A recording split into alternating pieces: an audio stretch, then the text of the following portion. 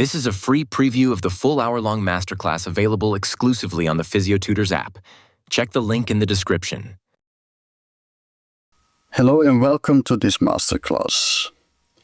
In the background we can see the sketches of Leonardo da Vinci of the foot and the ankle. And he famously said that the foot is a masterpiece of engineering and a work of art. Now unfortunately this masterpiece of engineering, this work of art suffers from a frequent injury, a lateral ankle sprain. Now Da Vinci also said that one can have no smaller mastery or greater mastery than mastery of oneself, alluding to the personal power, the choices we have to become the best version of ourselves. If you want our patients to rise from their lateral ankle sprain, we, as physiotherapists, as medical professionals, we need to master ourselves, our skills, our competences as a medical professional.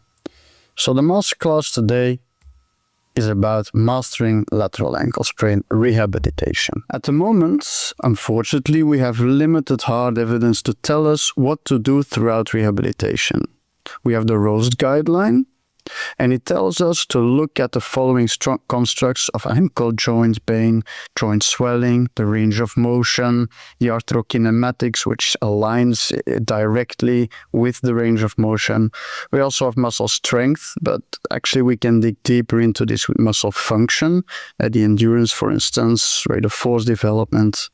The cornerstone of our mastery approach is to assess, to objectify, to understand the patient and guide our rehabilitation, tailored to the patient. In general, progression from analytic to functional phase of rehabilitation requires restored sagittal range of motion, namely plantarflexion, dorsiflexion.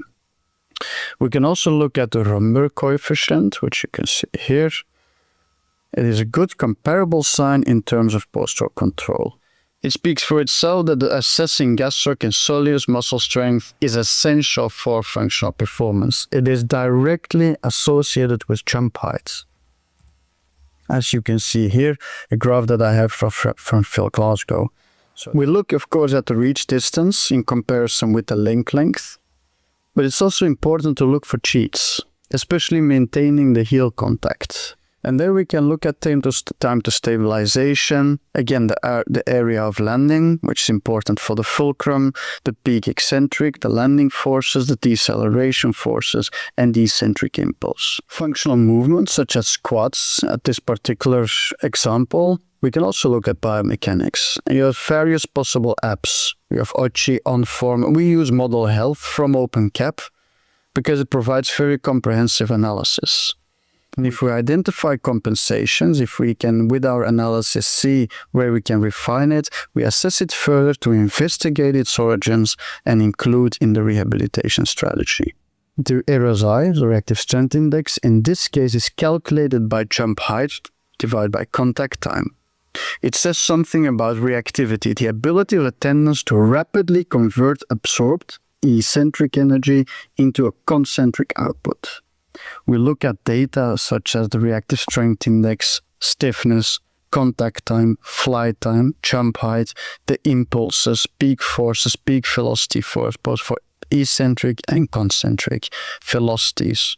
Like I just alluded to, we also have to go towards sprinting, which we can assess as well. This is a 20-meter full sprint test, where we can look at acceleration, the max velocity, but also the time to perform this 20-meter sprint. Deceleration velocity, as I already said, needs to be 15 to 20% higher than acceleration velocity during linear tasks. We also have the ankle ligament reconstruction return to sports questionnaire. And it sounds somewhat dramatic, but it was initially developed for ACL, then for ankle ligament reconstruction, and now validated to use after lateral ankle sprains as well. So this is how we approach, how we master lateral ankle sprain rehabilitation in a nutshell. So I thank you for listening to this masterclass, and if you have any queries, remarks, questions, please do not hesitate to contact me via WhatsApp, via Instagram, via LinkedIn, or my mail address. Thank you very much.